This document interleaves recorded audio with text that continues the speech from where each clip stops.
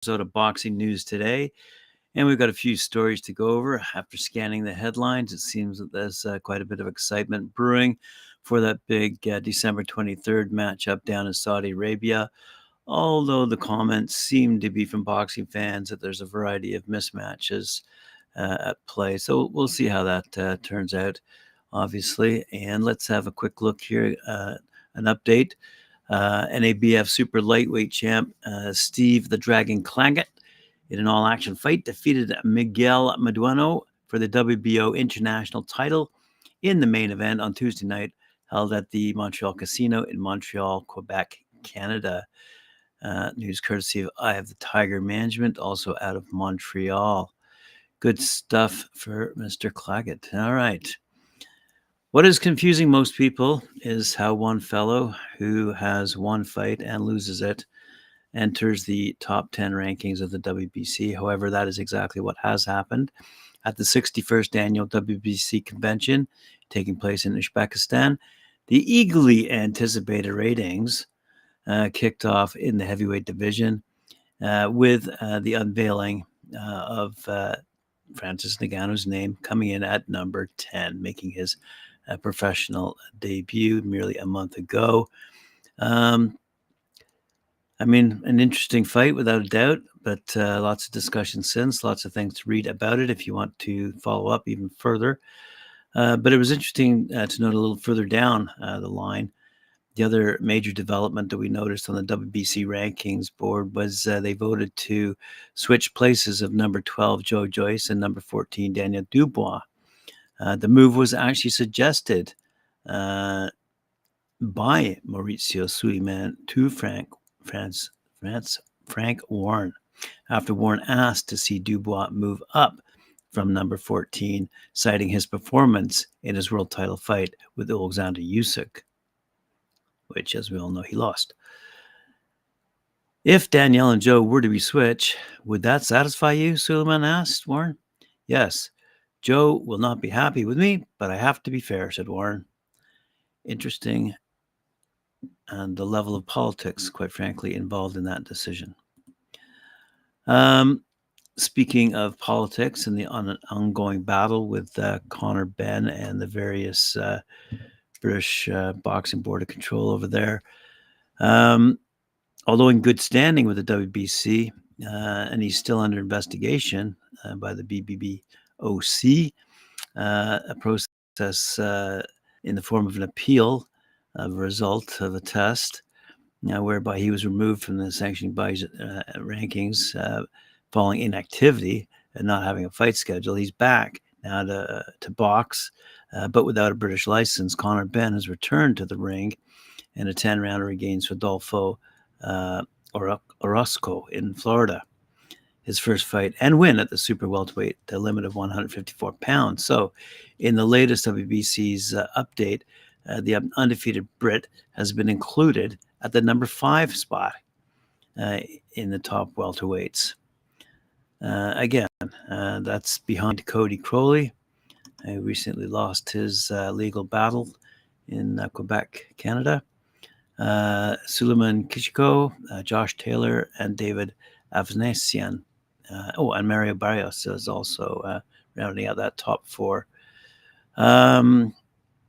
All right, so there we go. Ben said after hearing that announcement, he was number 5, that he's actually gunning for the number 1 spot.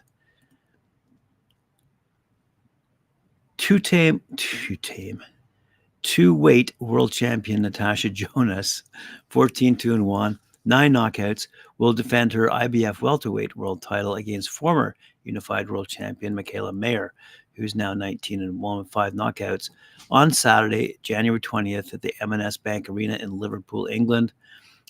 Jonas will be making the first defense of her IBF crown, she claimed, with an emphatic stoppage win over Canadian Candy Wyatt earlier this year, having previously unified the WBC, WBO, and IBF junior middleweight world titles.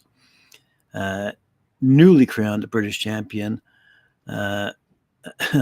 Little Lever's meat cleaver, Jack Cullen, 22-4-1, also returns to action, defending his Lonsdale strap against former foe Zach Chelly, who's 14-2-1, by the way, in a repeat of their all-action 2020 contest that ended in a draw.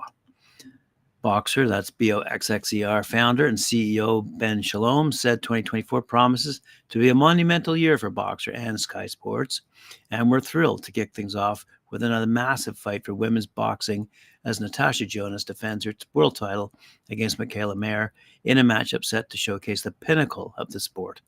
Natasha and Michaela are two fantastic athletes, both former Olympians and world champions from both sides of the Atlantic, ready to put it all on the line to secure their legacy.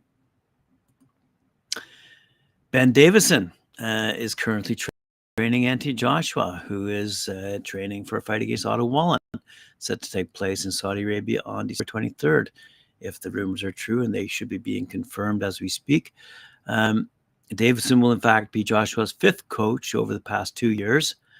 He parted ways with longtime trainer Robert McCracken following his first defeat to Oleksandr Usyk, then worked with Robert Garcia and Angel Fernandez, but split after losing to Usyk for a second time. He then partnered up with Derek James for his wins over Jermaine Franklin and Robert Helenius, but as we all know, Derek James is now training with Ryan Garcia. So James will remain Joshua's permanent coach, but as I said, unable to train him for the Wallin clash due to his commitment to Garcia, who has a fight on December 2nd. And that means Davison will help out Joshua only on a one-time basis, with training camp already underway, apparently in Davidson's Essex gym.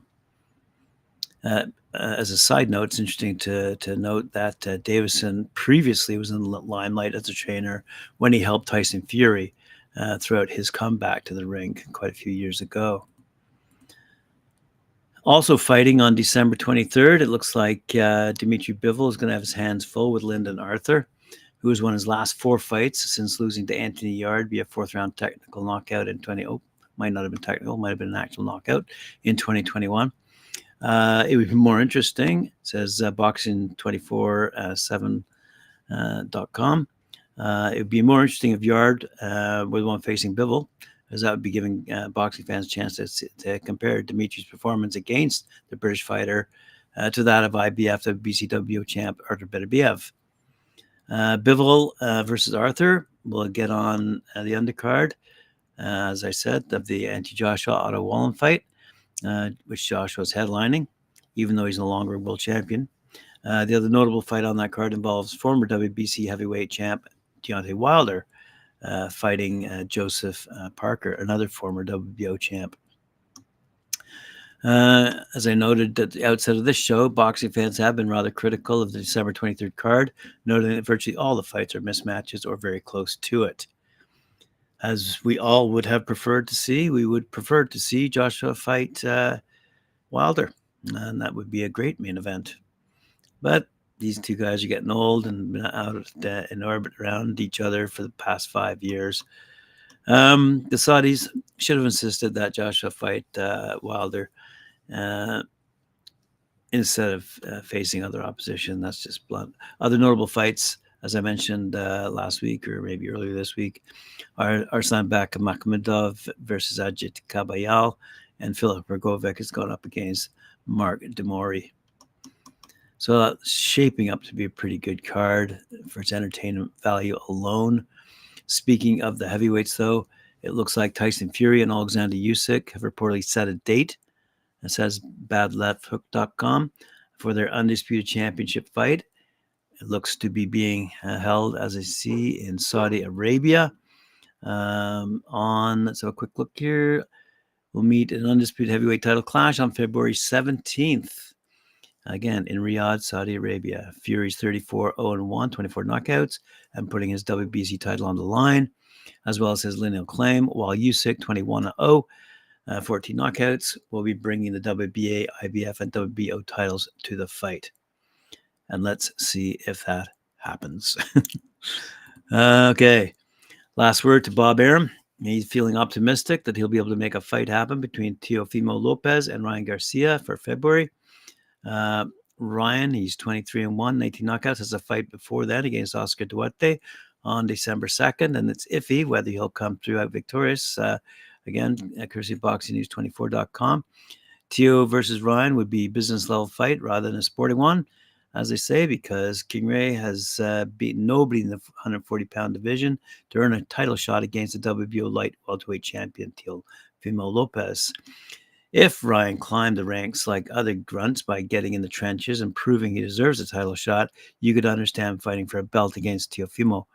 The fight should be a sporting thing, but not strictly for business purposes either, thanks to Ryan's popularity on social media with his 11 million Instagram followers.